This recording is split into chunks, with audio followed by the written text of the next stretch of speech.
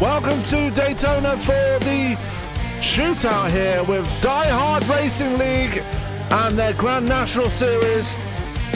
This one's going to be a fantastic series to bring to you, so make sure you strap yourselves in and get ready because we have some classic stock car racing here for you live here on the channel. And my name is Sam Bennett, obviously representing ESBN, the newest broadcaster for this league. And joining me in the booth, as always, is Mr. Frank Marchese. Frank, new series and cars you're very familiar with. Yes, I do. I broadcast for these cars at the WOSCRL on Saturday nights at 11 p.m. Eastern Time. That was not a shameless plug at all. These cars, yes, it's very difficult to drive, which always creates a very, very interesting race. I cannot wait to see what this new series has to offer. Absolutely. As you see the cars just going around Daytona doing a bit of practice. Just bear with me 1 second while I just adjust something. I don't know what I'm adjusting, but there we go. But anyway, we have a off-season race here, a pre-season race here. 20-lap shootout to decide the grid for next week's season opener, Frank. This is going to be interesting because the where they finish, well, the top two in single car qualifying get locked out in the front row, but everybody else has to race for the remaining grid slots. This decides the grid for next week's race. Should make things a bit interesting here tonight. Yeah, just the way you would for NASCAR in real life. Qualifying, which we're about to see right now as the practice session goes checkered. The qualifying session here will set up grid slots 1 and 2. They're locked in no matter what happens to them here in this 20-lap shootout. And then at the finale of the shootout, where these drivers finish, regardless of besides 1 and 2, obviously, but where these drivers finish is going to determine the rest of the starting grid. Qualifying just getting underway right now is single car qualifying. So we're just waiting for the first driver to make their way out of pit road, and we will see who is going to lock out that front row as we get things ready. We've got some very nice looking paint schemes out there, Frank. I mean, some classic schemes. I'm not familiar with some, but definitely familiar with others, especially that number 3 car. Yeah, it's also, that's not the standard Wrangler 3 car. The standard Wrangler 3 car that you actually get when you purchase the Chevrolet, at least, that looks like it might be it, but it's definitely it's not the standard number that you would get on that machine. You're seeing a lot of other ones, like the 5 of Dale Robertson running a former Terry Labonte scheme. Going through, you're seeing the 28 of Tim Marlow running an old Davey Allison paint scheme, Haviland paint scheme. I believe that's Nicholas Krishke in the 9 there, running the standard Boers scheme that Bill Elliott used to drive. Oh, goodness, that's going to bother me. The 21 of Thomas Romig, that's going to bother me. I know that scheme. I can't picture the name right now. Martin? No, that would not have been Mark Martin. Let me ask the Sterling Marlin. No. The almighty Google machine here. Oh, Wikipedia works just as well. So let's take a look at Mark Eigebrod. He's running a Lipton T paint scheme. That's a very interesting one right there. Running from Pennsylvania. Before we go any further, let's give a shout out to the sponsor of this series. That would be none other than Summit Sim Racing. There we go. If the logo would ever show up, there it is. Summit Sim Racing, and obviously this is the Diehard Racing League. We are bringing you their Grand National Series for their first ever series running this season, running this car. Going to be very interesting to see how this pans out. Obviously, you're very familiar with these cars, Frank. Going to be interesting to see how they run with this league. You run Saturday nights with a different league there. Yes, I do. Before we get back to that, I really want to touch on, because I knew I was going to feel like an idiot after I realized who actually drove that car. Both Kyle Petty and Neil Bonnet both did stints in that 21 car, and it looks like he's the first one going out on track right now. He did set one of the top times in practice. He set a 42.738 in practice, which, actually looking at it now, was the top time in practice. So he's going to go out first and try to see if he can wipe the field here from pillar to post in qualifying, at least. Yeah, as we see him just make his way out of pit road down the backstretch right now. Let's see what sort of a benchmark he can put down for this first ever qualifying run with the Diehard Racing League of the Grand National Series, sponsored by Summit Sim Racing. And I'll put their little logo on the bottom corner there. See,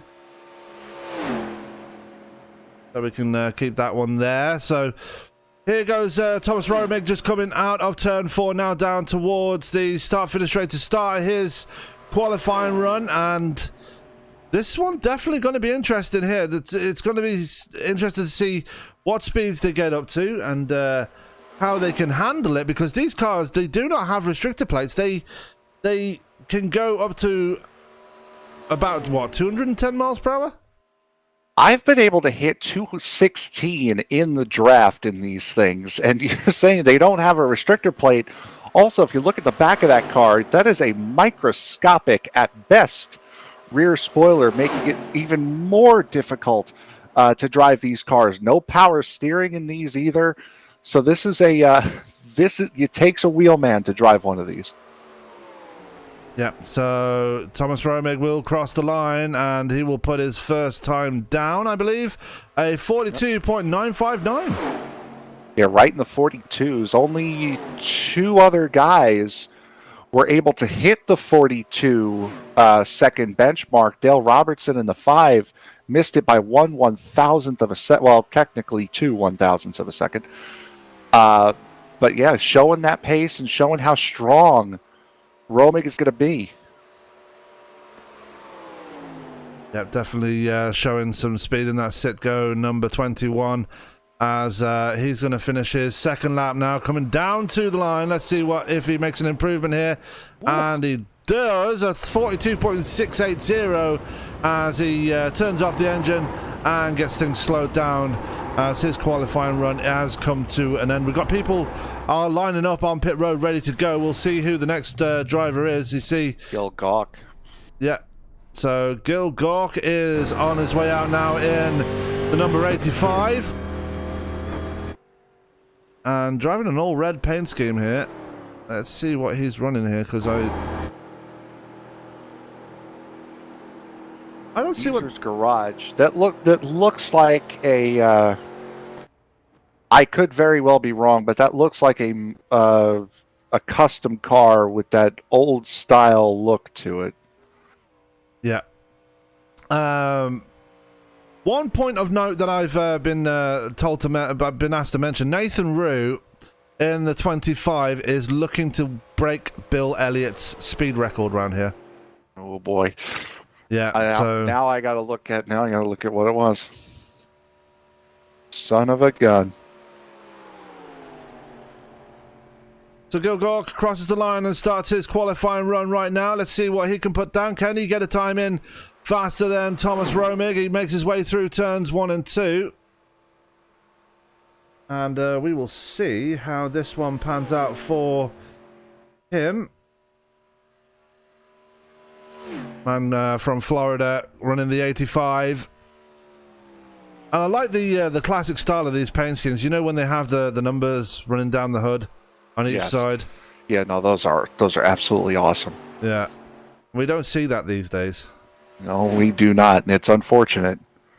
I mean, I'm only 27 years old, but that's definitely an older soul when it comes to that kind of stuff, and I do love the nostalgia factor, and this car definitely brings a lot of it, especially if you're a NASCAR fan, to the days of better racing. Just the characters in NASCAR at the time where they were running these cars is just an all-around better experience. So Gil Gawk setting a 44.336 his first lap. That's just under 2 seconds off the pace of Thomas Romig. You can see the difference in pace between the two drivers as Gawk will make his way down towards the line to complete his second lap. We can already see Mark Eigerbroad is started rolling, so we'll go to him in just a second. Gawk will get a 43.386. That'll put him second for now. Let's go to Mark Eigerbroad in the Lipton T, number 05. This is a driver that's caught my eye already. Gonna be interesting to see what he can put down as he's about to get passed by Gil Gawk. I think he might have left a little early there. I don't know. Typically you wouldn't be getting a draft pull, and I know it really doesn't mean much of anything right now, but in the bigger picture of the run, it definitely could mean a lot, because if you're getting a couple extra miles an hour worth of draft right now, that means you're a couple extra mile an hour ahead when you come in to complete your second lap, and then when you go in to complete that last lap. So it might be a little tiny bit of an advantage, but nothing too severe. So Eigerbroad making his way out of turn 2 on his first time lap. Let's see how this one fares for him. We've got Gil Gawk actually still out on track, just probably turning a couple more laps to improve here as Eigerbroad going through 3 and 4 now. Sorry if there was a bit of stuttering on the stream there, not really sure what that was about, but anyway. Teething problems in the new league as Eigerbroad crosses the line. 43.203, that is a fast time, but still not quite on Romig's level as he gets a big tank slapper coming out of turn 2. That is going to punish him, and that's probably going to end his qualifying right there, Frank. Yeah, no, it's over. Just shut it down now. We were talking about it before the stream went live. There's really only one lane that you can run here, and you have to hit it perfectly if you want to be able to run full throttle all the way around here. And if you don't hit it perfectly, that's what's going to happen. The back end's going to kick out, and you're in trouble. Kudos to him, though, for actually completing the lap. Yeah, fair play to him as he crosses the line and shuts it down in his qualifying run, and that lap will be a 44.863, so still respectable despite having that big moment through 1 and 2.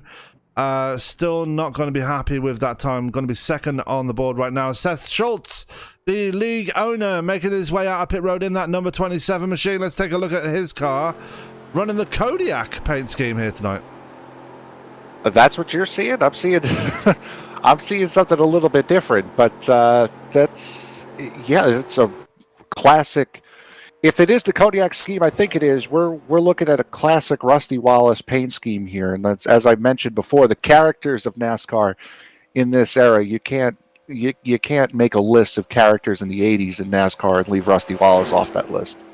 Absolutely not. And Seth Schultz from the Midwest here, league owner of Diehard Racing League, very much dedicated to these cars in this series. Ran the truck series last time round, and decided to pack things up and move to these cars. So very respectable, and I got to respect a guy that likes to run these cars as in anger. And one thing to point out here, Frank, they are running open setups here tonight, so this is going to add an extra little bit of spice onto things. Yeah, that definitely is. And by the way, who were you saying that wanted to break Bill Elliott's speed record here? Nathan Rhew. Nathan, if you're listening, I'm sorry, it's already broken. Thomas Romig did it. The record lap time was a 42.782. Oh, so Thomas Romig has already beaten the time. So yes, he has. So if he wants to break Bill Elliott's record, he now has to break Thomas Romig's record, which is putting it on the pole, which I'm not sure how that's going to work out.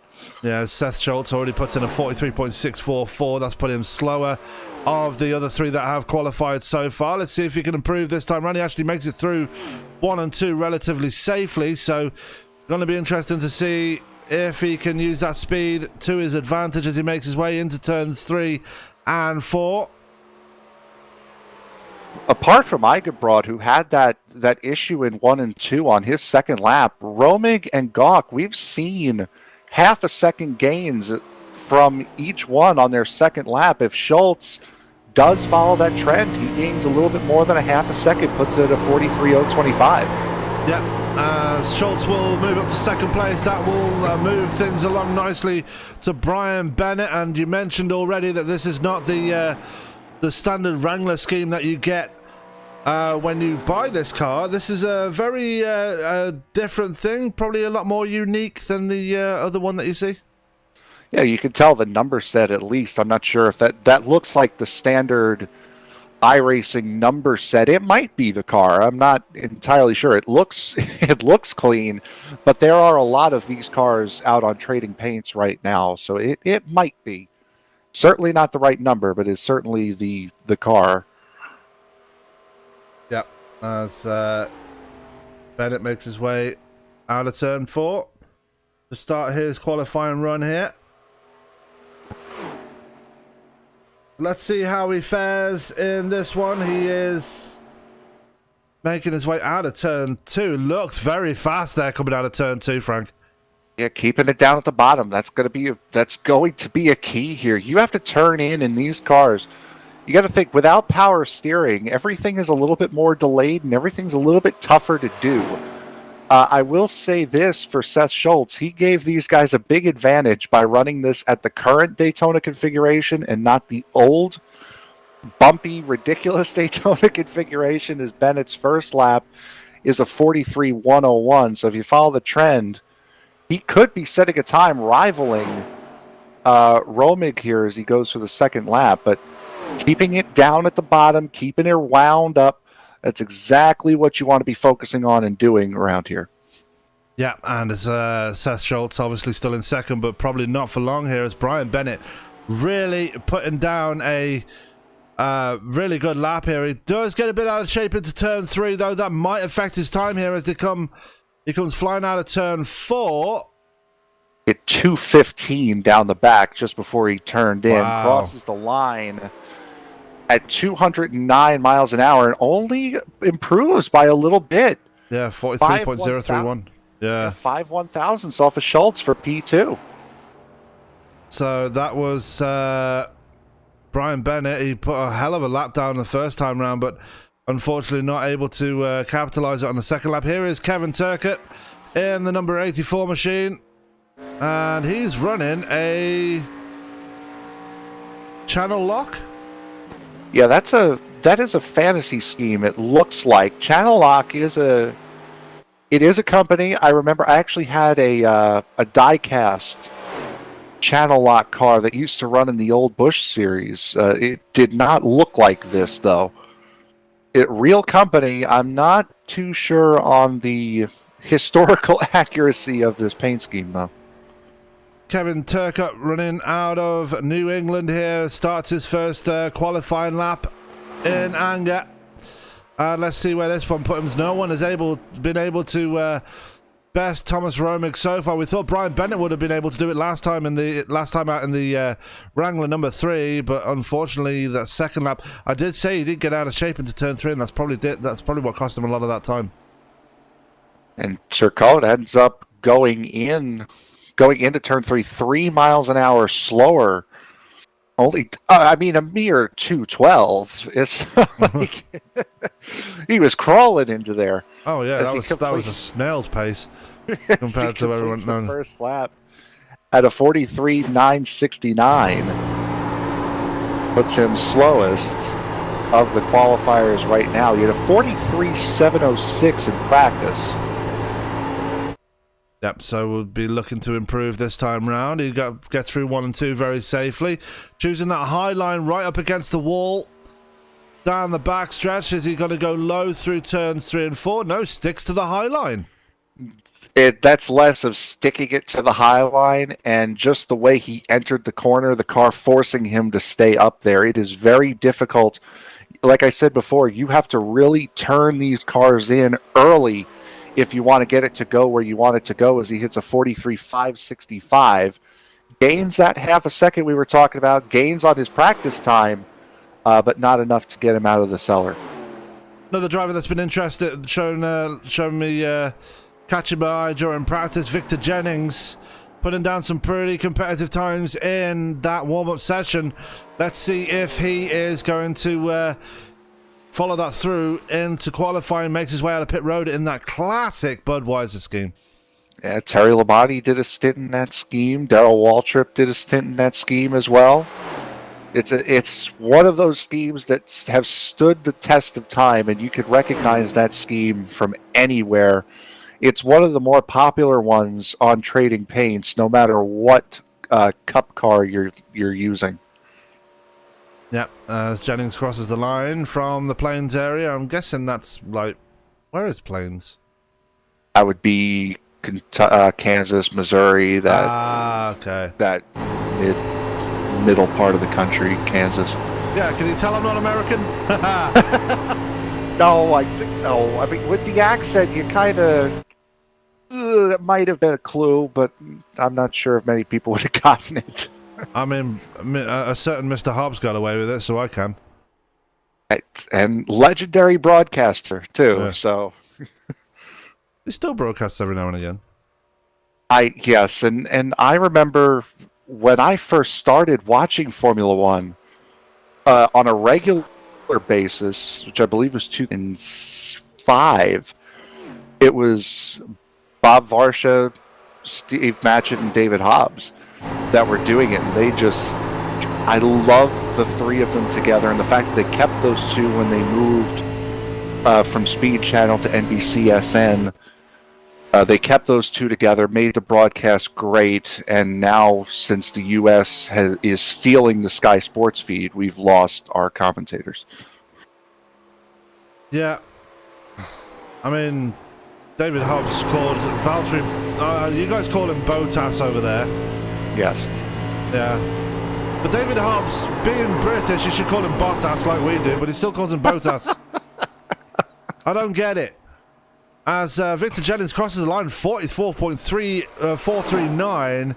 Not exactly lighting up the time and scoring. He was very competitive in practice. Didn't seem that way this time round as John Schultz makes his way out of pit road. I mean, honestly, I was reminiscing about Formula One years gone past. Unfortunately, wasn't really paying too much attention to the time, but that's 3/4 of a second off of what he ran in practice. Yeah. So I don't know if he just maybe had the wrong setup in or what happened, or if those laps were in the draft. But something certainly happened to Victor Jennings. Now, there is a classic Darrell Waltrip scheme, if ever I've seen one. Yes, it is. This is the one that he won the Daytona 500 in, this tied number 17. I believe with Rick Hendrick, no? I believe so. I believe it was with Hendrick. If not, Hendrick had something to do with this race car. I know that. Absolutely, as Schultz will make his way into turn 3 in that tied number 17. Fantastic looking car. I mean, such nostalgia when you see that one. Yeah, and you think it's guys in the past, Ricky Rudd, Ricky Craven, have tried to run this scheme, but not with the legacy attached to this one, as he sets a 44.764 here on his first lap, trying to get it to the bottom, and finally does wrestle that car to the inside lane, only to pounce off of it and run the middle. Yeah, he is fighting that car through 1 and 2, still fighting it out of toe on the start of the start-finish straight, not really having a good time in that Tide machine. Let's see how he fares into turns 3 and 4, and gets it to the bottom of the track a lot easier this time. You can tell, though, these guys are used to running the Cup cars, and these things have a major push out of the corners that you have to consider, as he sets a final time of a 44.449. But you could tell with how late some of these guys are turning in, and you could tell when they're turning in late because they're keeping it on the high side, and they really have to yank the car to bring it down. But when these guys are staying up so high like that, that means they're turning the car in late, and you can tell they are not used to driving these cars. Bruce Pearson coming out of pit road now for his running the Swisher Sweets paint scheme. One I'm not familiar with, are you? I know the brand. I do not know this scheme. This one does look like a custom. He's also got Prestone, which is a log, like a fire log company over here in the States. I don't know if you have that out there. No. Yeah, no, those are fire logs and cigars. So if you're looking for a party, Bruce Pearson's your guy, apparently. Fire logs and cigars. That is a terrifying combination. Makes a good-looking car, though. I will say that. I mean, we have a company over here called Board and Amona, and they just make fire logs and burning coal. That's all they make. They don't make cigars. Oh no, Swisher Sweet is the cigar company. No, I mean I'm talking about the guys on the one on the back of his car. No, Prestone doesn't make cigars. It's Swisher Sweet is the cigar company. Oh, okay. Good time, first round for Pearson, though. 43.595. The man from the West Coast is putting down some decent times here. He's already ahead of Jennings and Schultz. Yes, yeah, he certainly has. I'm sorry, I got a text right as you said that, but he's looking good. He's kept the car on the inside line. Looked like he got a little out of shape coming out of 4 there. Going to come across the line here to complete his quali run. Gains a little bit, moves up to 6th. 302. 320, sorry. There's the dyslexia kicking in. So moving ahead of Kevin Turker and up into P6 now. Let's take a look at this man running the Halvoline scheme, not the Valvoline scheme, Haviline scheme. Tim Marlow. Yeah, it's that classic Davey Allison number 28 scheme. It's one of the more beautiful ones, and I believe it was. This is how I show my absolute wealth of useless knowledge that comes up perfectly at a time like this. I believe Ernie Irvin ran this scheme at the 97 Coca-Cola 600 as a throwback. I couldn't tell you where he finished. I know he was competitive the whole night, but that was the last time I remember ever seeing this particular scheme on circuit. Yep, so Marlow starts his qualifying run, bit out of shape there through 1 and 2. Probably not going to be happy with this first lap here, Frank. He's still keeping speed, though. He's going to enter at 2:14. Again, keeps it up high, and now he's going to drag the car down low. These things feel really heavy, and he's going to get that push off of turn 4. Saves it. Good save. And this is not an easy car to handle by any means. He's getting loose out of the tri-oval here. Still got the speed, though. 43.559 out of that one. So, there he goes. Speed now. And that's his qualifying over.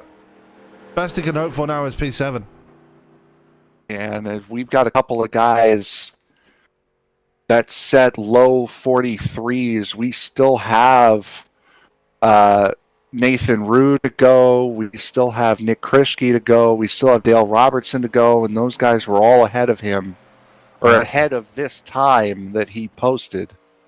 Yeah, we did have a late entry into the session here. Randall Folks, a late entry into this race. So we do have 9. I think it's 1, 2, 3, 4, 5, 19 drivers now. So Bobby Everhart making his way on track now as he's running. Oh, that's an orange scheme. It's wow. That looks almost.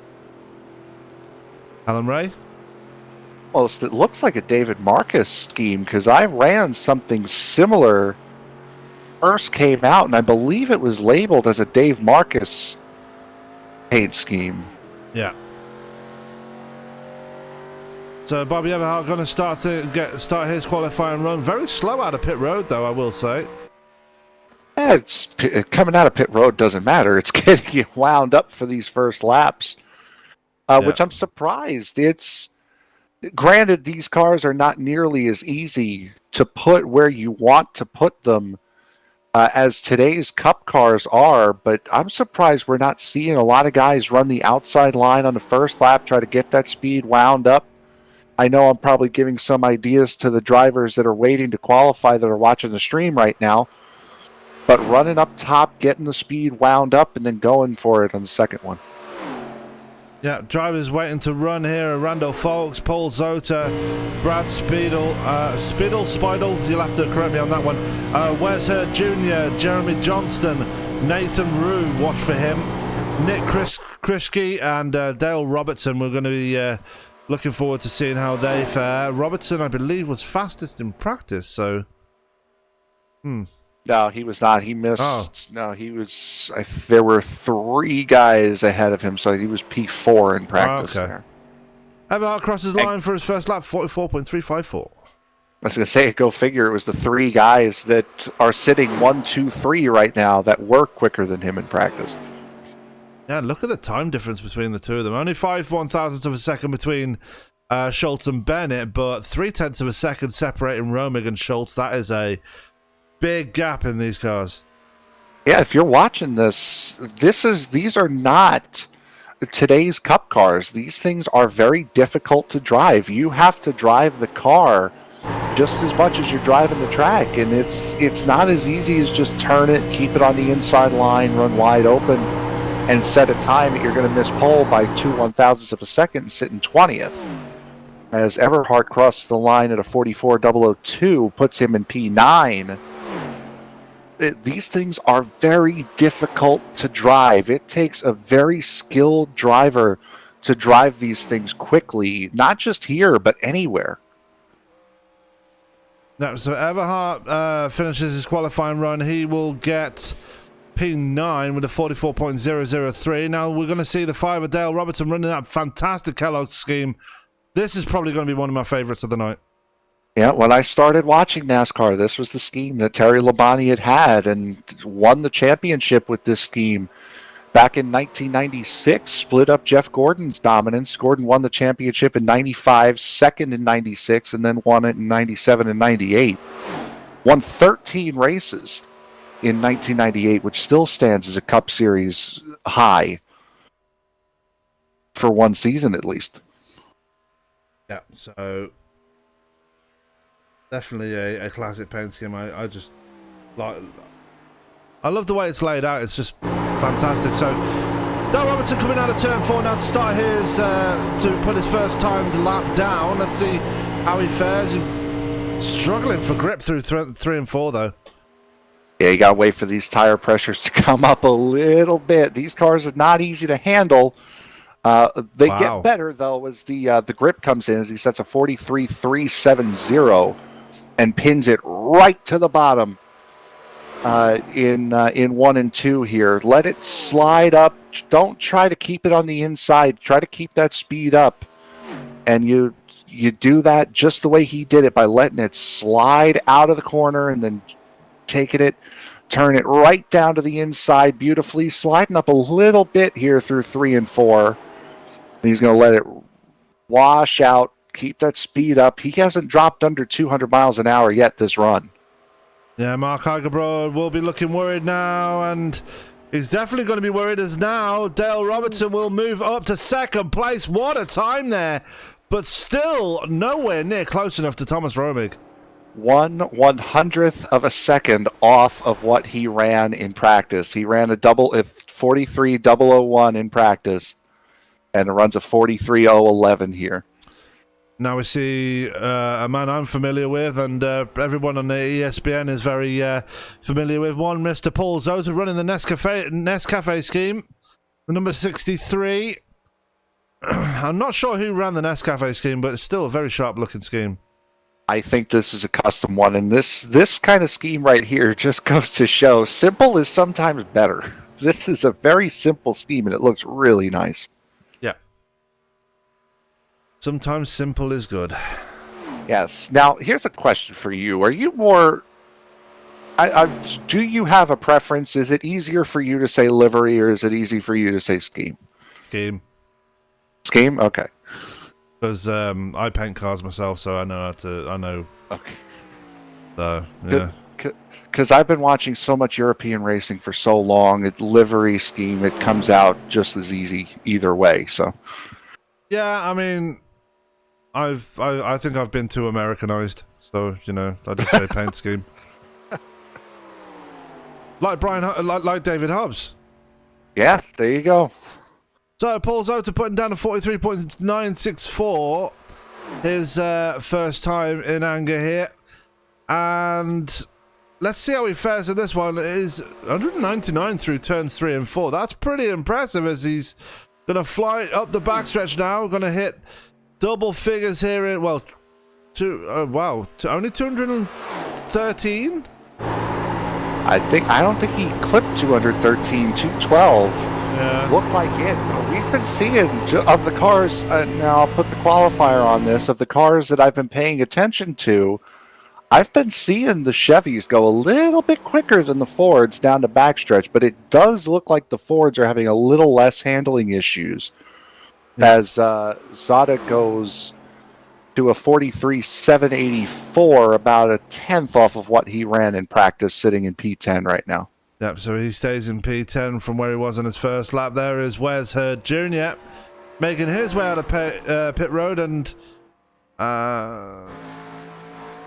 that's a custom paint scheme if ever I've seen one.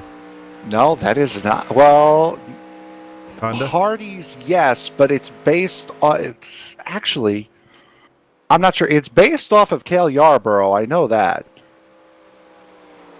Huh. I can tell you that for a fact. It is based off of a Cale Yarborough scheme. Cale Yarborough made himself famous for having that fight on the backstretch. Yeah, one of the greatest explanations for a fight ever. Have you heard what they were saying? No. Oh, have you heard? I think Donnie Allison, after they wrecked, he goes, Cale, come out of the car, ran over to me, started yelling, and then started ramming his nose into my fist.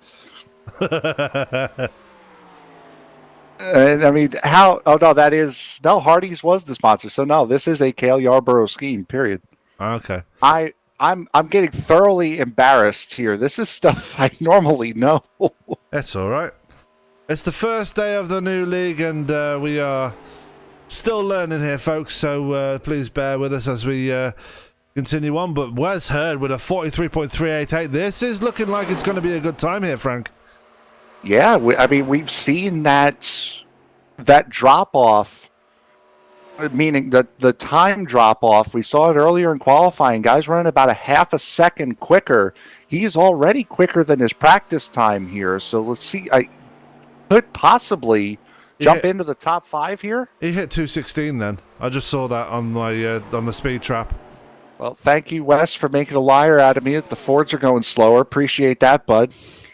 Yep, so Wes Hurd going to cross the line for his second lap, and that would be a top 5. 43.134. Still almost half a second off of Thomas Romig's time, but still good time nevertheless in the top 5. Brad Spittle. Vidal, I don't know. Comes out of pit road. Yeah, we'll just call him Brad. That's what Adam does. If you can't pronounce the second name, just call him by his first name.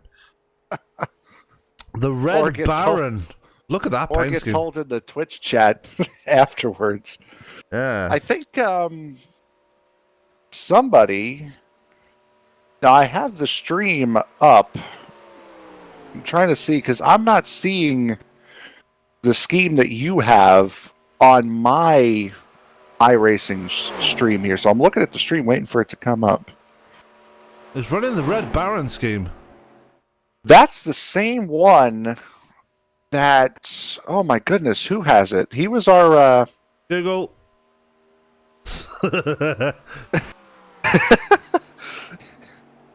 I've lost my train of thought now.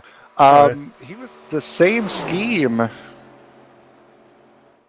that one of the guys in the Saturday Night League runs.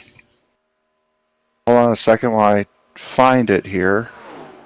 Bobby Petrika, he was our in-race reporter for the WOSCRL race last Saturday night at Rockingham. Same exact scheme he runs, puts down a 43.493 on his first lap and keeping it pinned right to the bottom here. Look at that turn of speed coming out of turn 4 to turn 2. He's on a better one this time around. You could see that by the behaviour of the car coming out of turn 2. That looked planted. Didn't look so planted into turn 3 though. Yeah, no, he got a little loose and slid up there in 3. Yeah. Boy, he got a little loose out of 4 as well. Keeping it planted right on the bottom, and while it is the shortest way around, only gains about a half a tenth. So he'll stay at 9th. While it is the shortest way around, it's also a great way to scrub off speed, which is why I was mentioning it so much with Dale Robertson, just letting the car slide out, let it keep the speed, not trying to force it, and he kept that speed up, and see where he is right now in P2. Valvoline.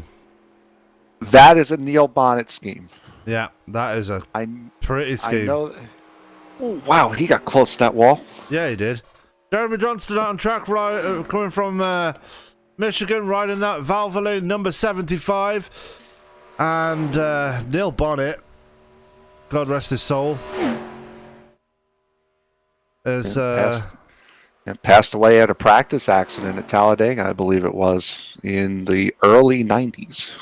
94? That sounds right. I was going to say 94. Yeah. So, Jeremy Johnston starting his qualifying run. The next driver to come out on track is one we've been looking forward to, Mr. Nathan Rhew. So, we'll wait in anticipation. But we've got this man out on track right now. Let's see how he fares. Because you never know. He might be Thomas Romig. We don't know how these drivers run. Oh, bit loose coming out of 4, though. Yeah, he pushed up bad, and then he tried to bring it back down to the bottom. Jeremy Johnston only ran a 44.3 in practice, hits a 43.7, so he's already up from his practice time. Oh, that's Chevrolet trying to step out, though. Yeah, and he's not trying to run that middle line. That's kind of the car forcing him to run that middle line. It's very difficult to put these cars where you want to put them. And through the Goes speed into trap. turn. Sorry, through the speed trap. Go ahead. In the speed trap, he ran a 213 miles per hour. And he's a little bit of a four-wheel slide coming out of 4. Going to hit a 43.4, so he's just under a second quicker in qualifying than he was in practice. May have had a race setup in practice. Now, with a time gap like that. Here we go. This is the one we've been waiting for. Can this be the man that can rival Thomas Romig for that pole position, running the Folgers Classic? This is Nathan Rhew. Yeah, that old Folgers Classic Tim Richmond scheme. Tim Richmond passing away of AIDS in the late 80s, early 90s. Still a name that's spoken about today, though. That's an interesting fact, though. Oh, yeah. He was a very good, charismatic personality in racing. And actually, he spent about a year and a half out of NASCAR while he was taking care of his the AIDS virus. And his first race back at Pocono, he flipping won the thing. His first race back in, I think, was a year and a half. Yeah, very talented he was. As wow, 216 miles per hour through the speed trap there for Nathan Rhew. This is going to be special here, Frank. Yeah, it's definitely going to be a quick lap, but no one except Thomas Romig's been able to hit that 42-second mark. As he cuts across the line here, first lap. Oh, he's already in the 42s. Oh, boy, 42.9. He's going for it. He's going to beat the record if he keeps this one clean. He sticks to the bottom line here. Through 1 and 2, Nathan Rhew is on a hot one here, the man from Carolina. Not sure which Carolina, but, you know. I think that was the quickest speed we've seen anyone come out of turn 2 at 204 miles an hour out of turn 2. Yeah, that is fast as the Folgers machine making its way through 3 and 4. Here we go. Romig is beating these guys from pillar to post. I don't know. Coming down to the dry oval. Wow, he did it. Wow, 42.565 for Nathan Rhew. He beats the record. He's been talking about it all week. Nathan Rhew is officially, albeit virtually, the fastest man ever to run around Daytona.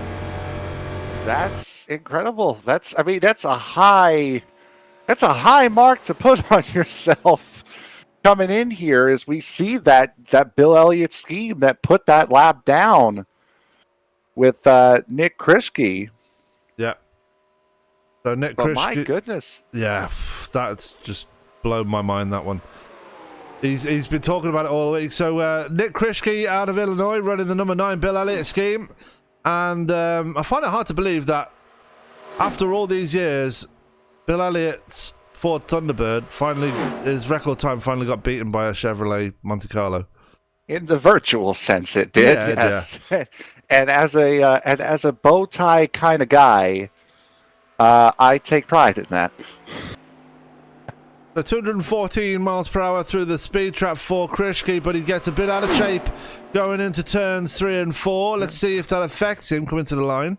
I think he's doing what I had mentioned earlier on and running that outside line, trying to keep the speed up, and he'll pin it to the bottom here for this lap. It's a 43.619. I'm telling you what, man, I've been doing a decent amount of races with you guys over the last 3 or 4 weeks.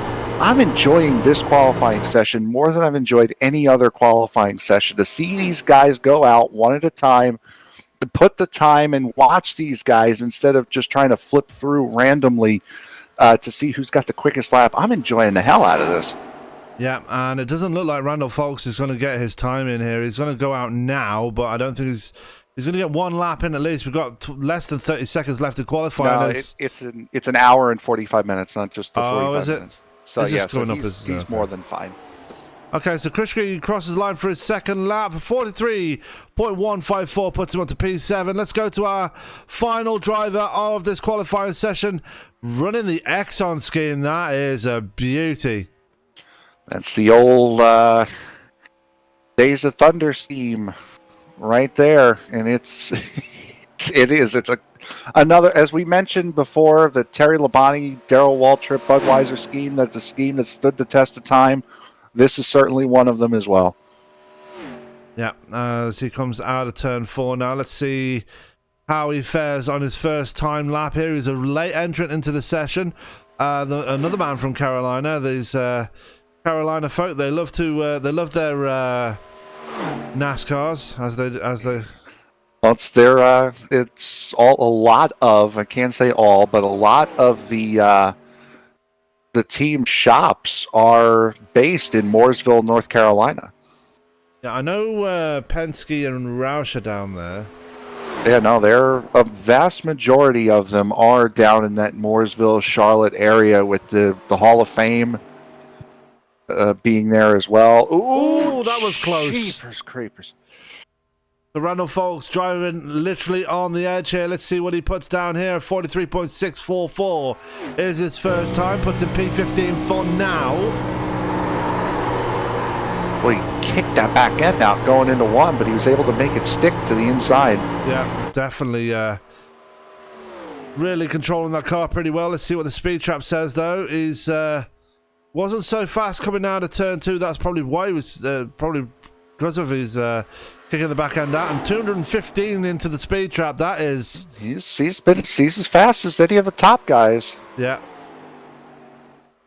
Keeping it pinned to the bottom. Doesn't have as exciting an entry of exit of turn 4 this time. Across the line, final qualifier that will put him P6 at a 43.090. That is the final time of the qualifying session here, as I believe they're going to advance the session very soon. So, yeah, 58 minutes left in qualifying. I ain't sitting around for 58 minutes, so... but Nathan Rhew and Thomas Romig locking out the front row, so those two positions are decided for this for next week's season opener.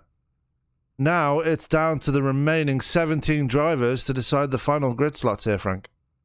Yeah, and it doesn't matter. I mean, John Schultz, who qualified stone dead last here for this sprint race, a 20-lap sprint, if he finishes and wins this thing, or if he finishes the first guy behind the 25 and the 21, he'll be starting P3. So it doesn't necessarily matter the speed that you had here in qualifying, except for obviously P1 and 2. So let's get an interview in with the man that has absolutely blown apart the timesheets here. I'm going to grab him here for you so you can interview him, Frank, because you were the most fantastic. Thank you. So we're going to bring down Nathan Rhew here, and Frank is with him right now. Nathan, what a time with a 42.564. How did it feel driving this thing around here? Well, we've worked on qualifying all week. We've come down here wanting a really good run, and we got a little nervous there. That track temp got way higher than we should, so we tried to throw a little wedge at it, tighten her up a little bit, and we got lucky and hit it right. So real pleased to get that lap. We've been talking about it on the broadcast, and we've been saying it repeatedly. How much earlier do you have to turn in to get the car planted where you want to put it, as compared to the normal cup cars that we see running today? It's just so different to drive these cars because the aero is just nothing like today. It's all mechanical grip. What the aero does do really just upsets some things. So, it's just the track is, you got to find the right places on the track to put the car, so you're not unloading over bumps and stuff. And that was a big thing that we really practiced on was, finding the fastest line around the track. And it just worked out for us. But it's way different than the new cars. Last question, really quick. How sketchy is it here to drive these cars full throttle the entire way around? Didn't know I could hold my breath that long on that one because it got hot out there. It was slick. But we made a good little adjustment there for the heat of the day there that we got when it's time to go out because we got a really late draw. And but yeah, it's going to be real sketchy, and it's fixing to get a lot more sketchy right now. All right. Well, good luck. They're gridding up, and we'll send you back to your car so you can get racing here. Congratulations. 10-4. Thanks, guys. Nathan Rhew qualifying on the pole for this race. I thought he was going to be missing the race because of him locking out the front row with Thomas Romig, but I'm guessing we're going to race this one out anyway. So let's go through the grid for tonight's race as they are lining up to get ready to go here, and it's going to be very interesting. Nathan Rhew and Thomas Romig start on your front row with Dale Robertson and Seth Schultz starting in the second row. Third row going to Brian Bennett and Randall Fultz. Row 4 will be Wes Hurt Jr. and Nick Krishke, and row 5 will be Mark Eigerbroad and Gil Gork, Frank. Bruce Pearson and Brad Spittle will make up row 6. Row 7, Jeremy Johnston and Tim Marlow in the 28. Kevin Turcotte and Paul Zada make up, that would be row 8. I remember numbers. Bobby Everhart and Victor Jennings make up row 9, and at the back of the field will be John Schultz in the number 17 Tide Ride. As we get ready to get this thing underway here, we're going to go on with Nathan Rhew right there as they come through turns 1 and 2. Yeah, that rhymed. So sue me. 20 laps of racing here. This is going to be a taste of what's to come next week. Frank, you've raced in these cars. You've seen how these cars run. What are you expecting out of this one? Watch the restart. The control car, it is going to be very, very important not to pick a line, but to be the control car. It is going to be very, very important because you get out to a massive jump. As I said during the WOSCRL race on Saturday night, first gear is too high to restart these cars in, and second gear is too low to restart these cars in. So you really want to be that control car to get that big jump out into the lead. So here we go. The pre-season race, the shootout here is about to begin here at Daytona. And we are going to get a taste here of what's to come in this coming season with Diehard Racing League and the Grand National Series. Gonna be very good as they come out of turn 4. This is the Diehard Racing League Grand National Series, brought to you by Summit Sim Racing. Green flag is in the air. We are racing here at Daytona. 19 cars going to start this thing off here tonight, and already Nathan Rhew going for that middle line there, Frank. He's already on the defensive here. Yeah, you cannot expect the normal kind of restrictor plate race here. Pack racing is not something that's very easily done with these cars. These guys are showing a lot of respect for each other right now, especially the fact that this race means absolutely, well, not absolutely nothing, I shouldn't say that. But bump drafting, pack racing, this is not something that these cars did. You can see 2, maybe 3 cars just get out and run away from this thing. Problems early on for Mark Eigerbroad in the 05, dropping to the back of the field. But we're going to go back to the front of the field here as we've already got Brian Bennett up to second place, Wes Hurt into third. Thomas Romig has dropped all the way back to P6 after the first lap. A terrible start there for the 21. Yeah, he got hung up on that outside and then kind of got pushed up and out of line going through 3 and 4, so he had to drop back in order to keep from hitting the wall. It is very hard. Once this car is starting to go up into the wall, it's very hard to bring it back down and even harder to get it out, especially without wrecking the entire field, because these things do like to bounce off the walls in weird ways. Yep, as we are still looking at Thomas Romig there, just running behind Wes Hurt Jr. Nathan Rhew just controlling things there at the front with Brian Bennett and Randall Fultz side by side here. Fultz going to have the outside line. Remember, Fultz started in P6, so getting up to second place. An impressive start there by the 51. Yeah, and missed practice as well. And he's showing you these cars are not necessarily... The draft helps these cars, but they're not necessarily draft dependent. He's the only car on that outside line, and he's holding suit with these top 3. Yeah. I'm a peekaboo with my YouTube feed, but that's great. Anyway, Nathan Rhew still controlling things here. Here comes Thomas Romig again. He's making that run back to the front again, already to the inside of Brian Bennett here as they come through the tri-oval. Big change of lanes there for Wes Hurt Jr. as he's going to go to the bottom of the track here. And you already see the difference in how these cars run compared to the modern Cup cars, because they're not pack racing right now. Yeah, no, it's like I said right at the very start of this race. These things are not designed to pack race. It's very easy to see little strings and strands of 2 cars, 3 cars, 4 cars pull away and create a little gap in between, especially if they're working together. It really was not uncommon to see little strings and groups of cars together, as we're seeing right now, back in the day when these cars were the cars that were running. Yeah, and the engine's quite quiet for me. I'm going to have to change that for next week. But anyway, let's keep focusing on the race. Let's go a bit further back in the field as we get a nice shot there of the cars going over the camera there. Let's take a look at Nick Krishke.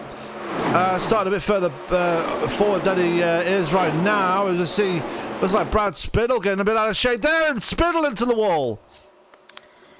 Oh, and the 28's in the wall behind him as well. Tim Marlow, and that is Thomas Romig hitting the wall.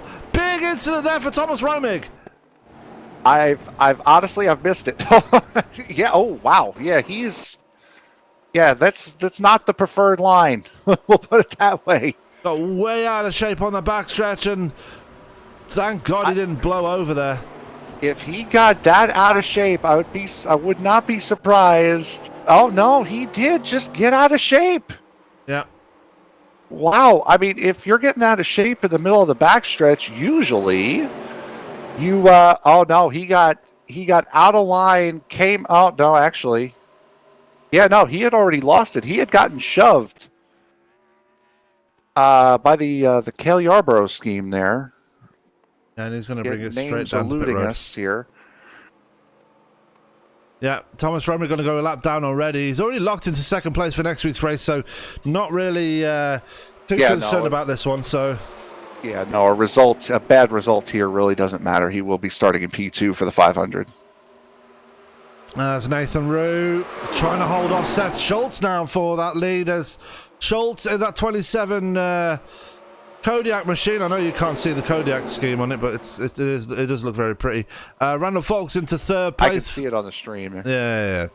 Brian Bennett in fourth. Dale Robertson down to fifth in that Kellogg scheme, just ahead of Wes Hurd Jr. Brad Spittle a bit further back now. He did get into the wall, but he's still in P7 ahead of Gil Gork, and Nick Krishke a bit further back there, and right behind him is Jeremy Johnston. You got Bruce Pearson there and Kevin Turcotte right there as well, and they're about a second ahead of Paul Zota, who's there in P13.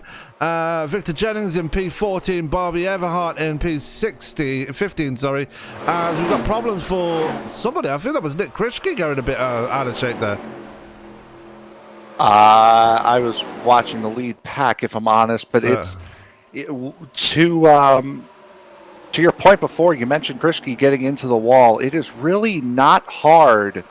As Romig has just called it a race. Again, it doesn't really matter for him. He'll be starting B2 anyway. With these cars especially, these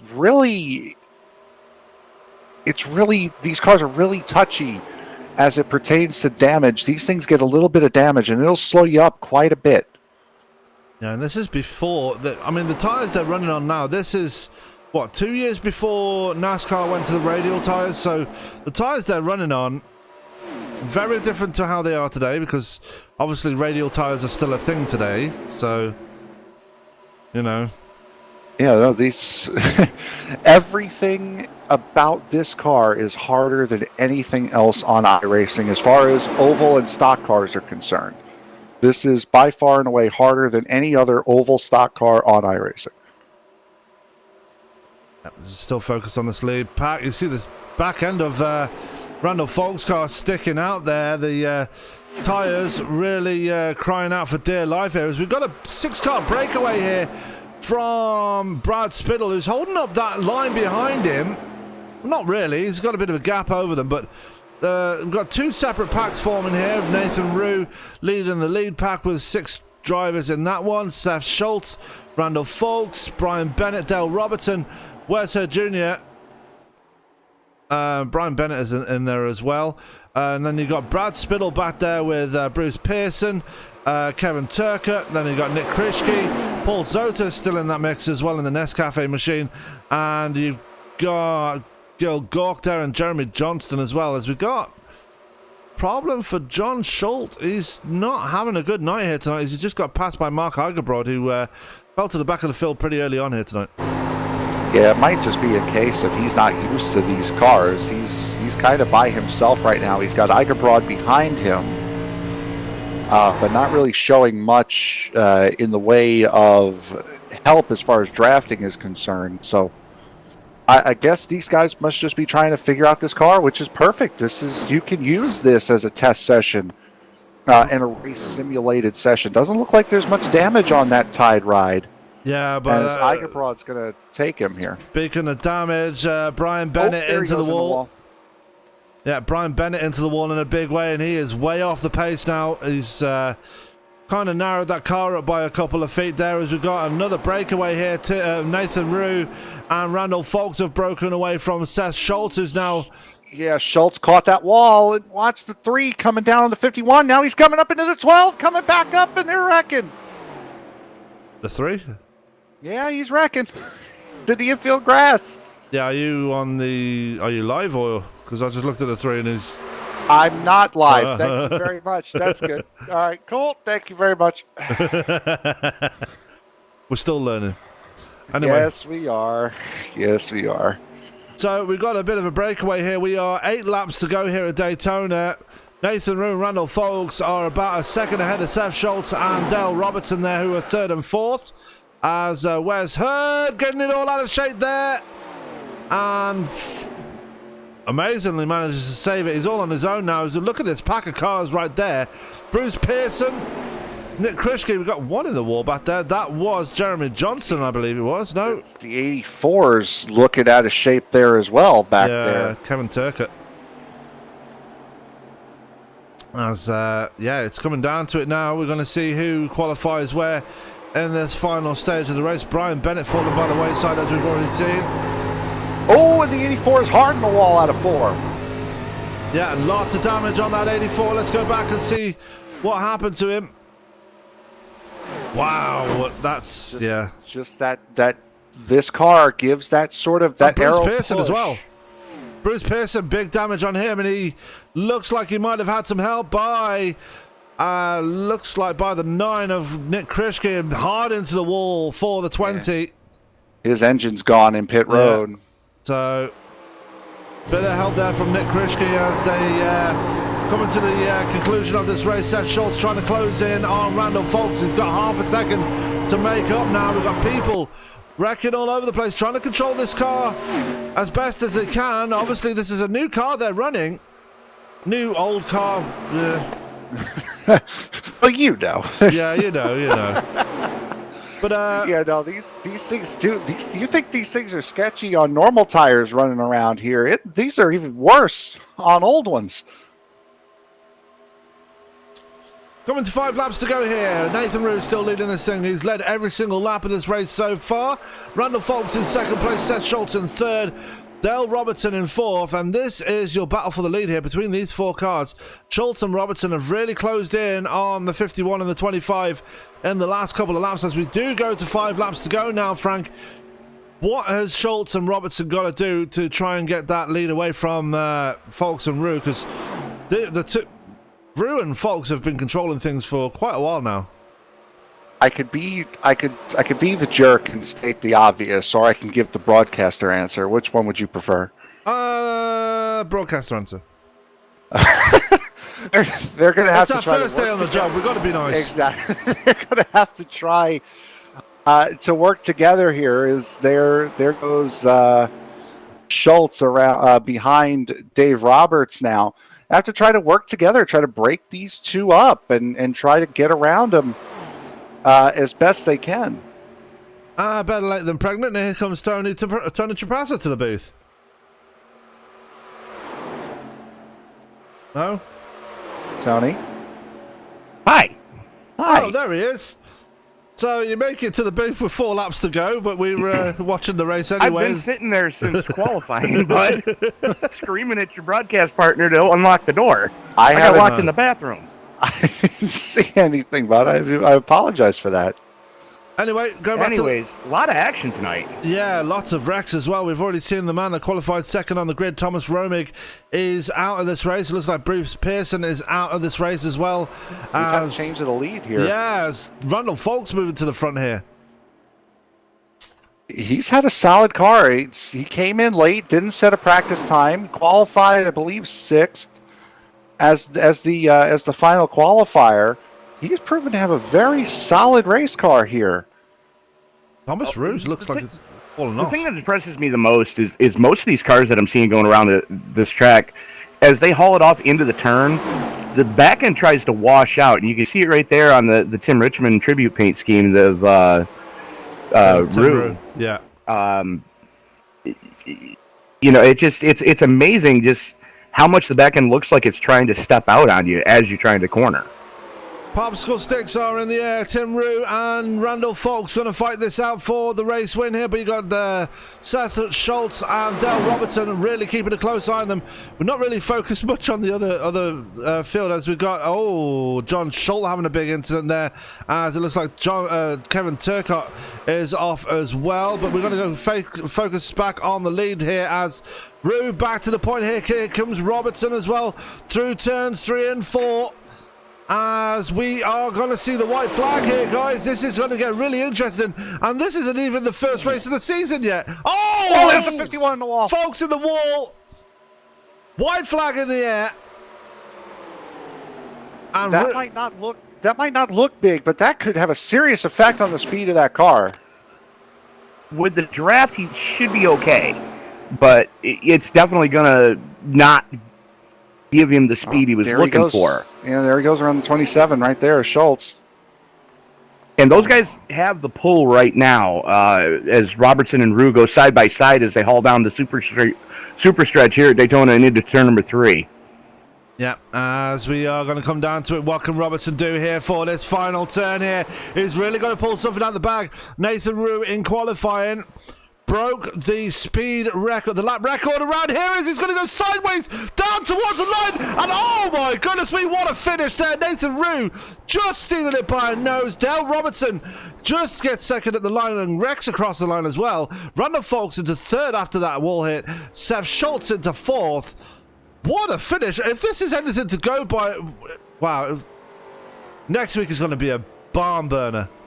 And wrecks going across the line like a professional. You wreck after the race is over. As you do. So it's going to be Nathan Rhew that takes home the checker flag here at Daytona in the shootout. He will get the pole position here as well. So let's go and speak to our top 3 here. Let's go to third from 3rd to 1st. We've already spoken to Nathan Rhew, but we'll speak to him again in a minute. But let's bring down 3rd place here. I've got him right here as Tony. You're with Randall Folks right now. Randall Folks, hell of a finish. Probably not the finish you were hoping for, but all things considered, after that wall tap, you got to be happy with your result and looking forward to next week's race. Yeah, man, that was kind of crazy. I got in a little late, and I haven't had much time to practice, and thankfully I got some good teammates on the other side that was able to get us fast, and I was just kind of riding, seeing what it would do, and it was pretty good. I got that little wall tap at the end, and I didn't know what was going to happen, but man, what a finish. Absolutely. And what type of speed do you feel you lost after brushing the wall coming off of 4 like that? When I first hit it, I didn't know what it was going to do. Seth got by me there, and I kind of gauged it on where he was. And when I was able to turn back underneath him and still have the draft from the front 2 and get back going, I knew we still had a little bit of speed. I think if we would have had one more lap, I think we may even try to go 3 wide there. But that was it didn't feel like it lost too much speed, to be honest. But she's pretty cracked up. Awesome job. Your thoughts going into next week, though? I thought for the most part it was really good. We had a couple drivers that kind of bounced around a little bit, but everybody gave a lot of room. Everybody was on their toes a little bit respecting this car. So I think if we keep that mentality, just respect each other, I think we're going to do just fine next week. All right. Anybody else you want to thank before we let you go? Shout out to Nathan on that finish. That was a great finish. All my guys at Summit Motorsports and just everybody, they do a phenomenal job. And thanks to you guys for coming on board with this thing, and thanks to Seth for putting it on. I think it's going to be a lot of fun. All right. Well, we will see you next week in the big race, and congratulations on the podium. Roddy Fox, ladies and gentlemen. Appreciate it. That was Randall Fox joining us in the booth, and I'm going to bring down Dale Robertson, and we're going to speak to him. Going to speak to him here. Dale, you got a copy of that? Yeah. Gave it your all on that last lap there. Was completely sideways and wrecked across the line, but just coming up short by 14 1,000ths of a second. Still going to be happy with the finish, though? Oh, yeah, of course, man. Great race.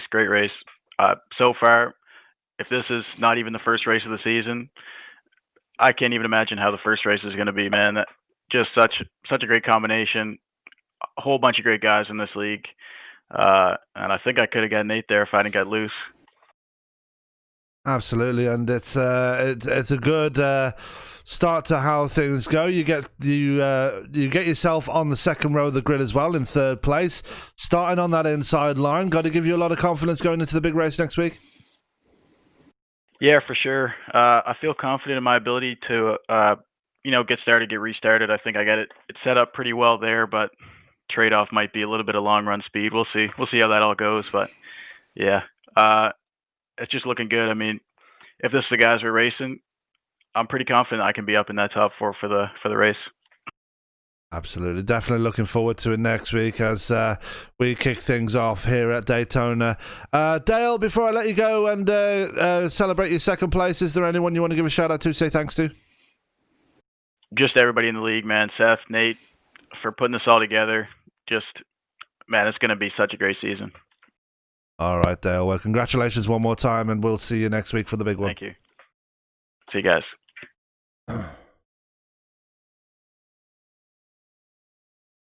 So that was Dale Robertson, and I'm going to give you the responsibility to talk to him again, Frank. So we're going to bring down the race winner. That would be Nathan Rhew. Frank, you got him again? Nathan, you hear us? Yeah, I got you, bud. Go ahead. I'll tell you what, man. Pole to win, but you certainly had to fight for it. What was it like coming down to that finish? Man, that was just that was one heck of a race there.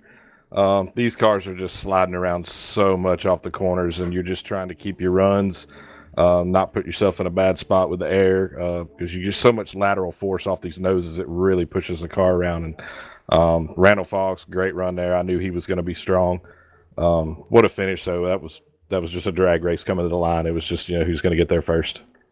Now, you didn't spend too much time in the pack during that race, but when you were fighting to try to get back to that lead that was seemed so rightfully yours throughout the entirety of this thing, was it difficult for you to gauge your runs in these cars as compared to, say, the normal Cup cars or the Xfinity cars? These cars just put such a hole in the air. If you work it right and know where the air's coming from, you get such huge runs. I knew when they were coming, I said, there's going to come a time they get that run. It's just how much air you put out here. But I didn't want to go that early to get the lead back. I was actually surprised when we got that run. It was pretty tight pack there. But we had the run, and we just had to use it, and it worked out for us. So, what did you learn in this 20-lap heat that you can use towards the season opener next weekend? Probably that we're going to need a little more grip, because that thing was it was hanging the rear end out a lot off the corners, entry to corners. Just we fought loose there a lot. I knew we would with the heat, but probably go back to the garage, see if we can't get this thing tightened up a little bit and not kill no speed out of it for the 500. All right, Nathan, congratulations. Anyone you want to give a shout out to before we let you go celebrate? Just just thank you guys for broadcasting this thing. ESBN, you guys do a great job. We appreciate you coming out and everybody that come out. What a great race that was. I think we put on a good show for everybody. And if anybody looking for a great place to race, Diehard Racing League, look us up. It's a good group of guys we're building, and it's a great place to be. Our winner here for this sprint, Nathan Rhew. Congratulations. Enjoy your victory. Thanks, guys. That was Nathan Rhew joining us in the booth, the race winner for this one. Before we go anywhere, before we go any further, let's. I'm going to bring down the league owner, Mr. Seth Schultz. I'm probably guessing he wants to promote the league and just all that good stuff. So I'm going to bring him down right now. Seth Schultz, you got a copy? Yeah, I do. Sorry to bring you down so suddenly, but as the league owner and all that good stuff, we thought you might want to promote the league and get things rolling for next week.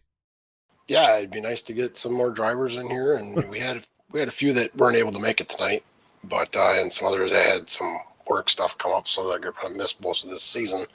But yeah, everybody can go to Diehard or DHRleague.com and check out what we're doing for the season, and then go from there. The sign up there for the iRacing League page is also on there. It'll say click here to sign up, and you're able to sign up. It's an entry fee that goes towards the broadcast and some prizes. There's some pretty good prizes on there. So I get the crown jewel and stuff. So, and if you win both road courses, you get a prize as well.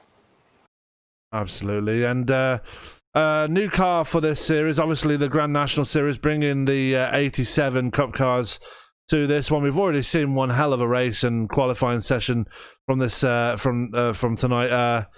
If this is anything to go by, we're in for one hell of a season here, Seth. Yeah, that's what we're hoping for. I mean, we had the one big miscommunication there on the backstretch, but I know Tom was having a problem. He had a tooth pulled, so he was dealing with some issues with that, and he ended up losing it. But a lot of it had to do with that. Otherwise, he's a pretty darn good racer. And then I don't remember what happened right in front of me. I got lucky and just missed it. But I know they were saying, I guess I shouldn't have forced it. So everybody knows. I mean, we all get along good. Nobody was yelling or screaming at each other, and that's what we want. We want to have fun, put on good races, and we want good quality drivers. All right, Seth. Well, before I let you go and get ready for next week, anyone you want to give a shout out to, say thanks to for this for bringing this series in and for tonight's race. Well, gotta thank you guys for coming on board and broadcasting this. I mean, I've watched all your past broadcasts, and I can't wait to watch this one. I know the guys that were in the pits were saying these guys are awesome, so I can't wait to watch it. And it sounded like it was a pretty good time to watch and listen to. And then thank all the guys, a number of guys like Nathan Rhew. He's helped me tremendously work on building setups, teaching me things, answering questions. Other guys coming in and practicing and just getting familiar with the track. I mean, Daytona is probably going to be the hardest track that we race. So that's what everybody feels anyways. So that'll be good to get away from here one more time around here and we get the heck away from it. But that's pretty much it. I mean, I got to thank iRacing Service, I guess, because, if it wasn't for them, we wouldn't be able to do this. All right, Seth. Well, we're very grateful for you bringing us on board.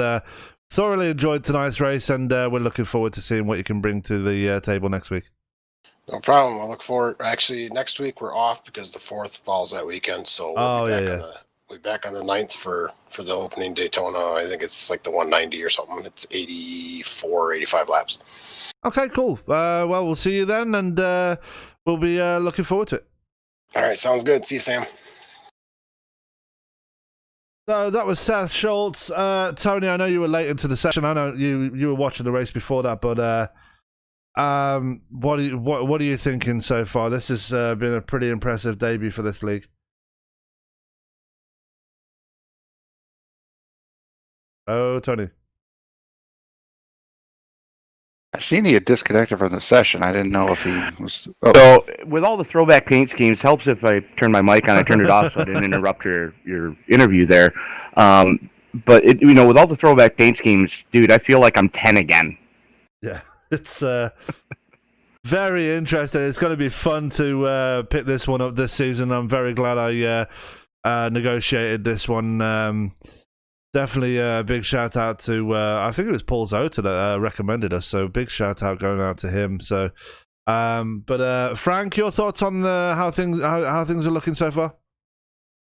Fantastic racing. It was a little bit less wild than the throwback series that we do on Saturday night. They ran the old 2008 version of this track, which created some excitement just on the track. But it was a fantastic race, a great, entertaining race to watch, and I'm really, really excited for this season to begin. All right. Well, that being said, let's go to the results of tonight's race. This is just the pre-season showdown. This one's setting the grid for next week. So, but Nathan Rhew and Thomas Romig, they're going to lock out the front row, even though Romig retired from this race.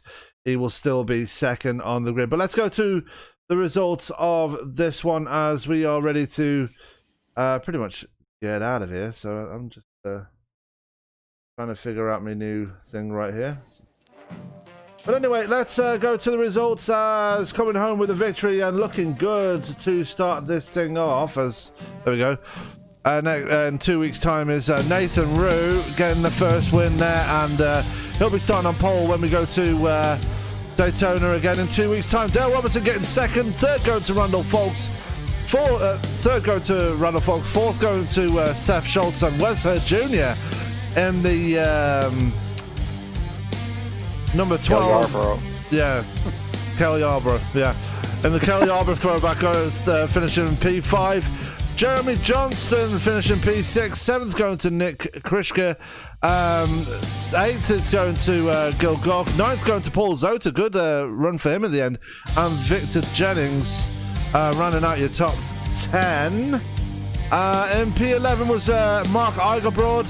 12th going to Bobby Everhart. 13th going to Brad Spittle. 14th going to Tim Marlow. 15th to Brian Bennett.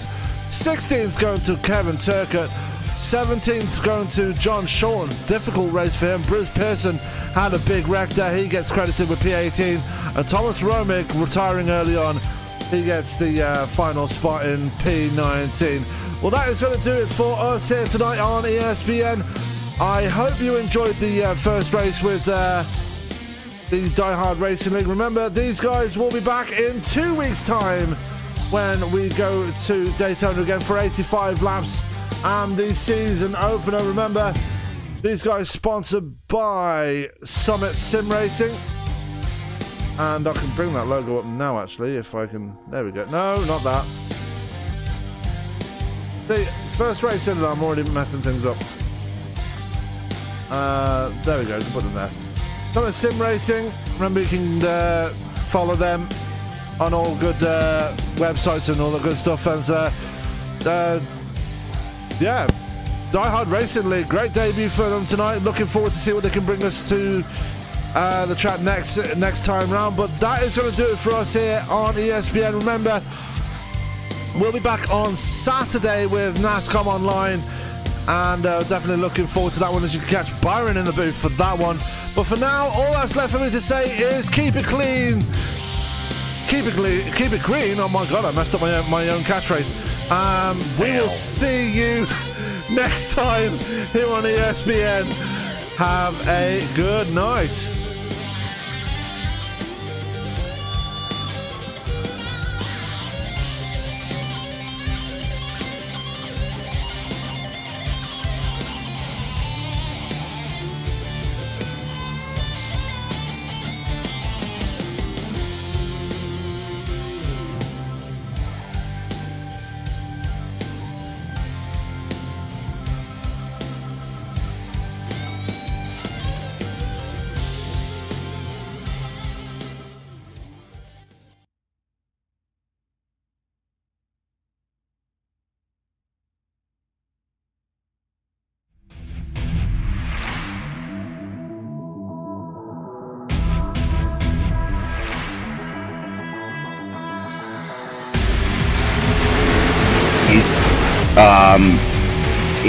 And I'm screaming for one of you guys to drag me into the booth, and I'm losing what little's left of my fucking sanity, because I'm like, dude, fucking drag me in the booth. I mean, dude, look at the fucking messages I sent you, Frank. Look at the messages I sent you here on TeamSpeak. Again, dude, I'm really sorry. Please drag my ass up into the Yeah, booth. saying it. I'm sorry.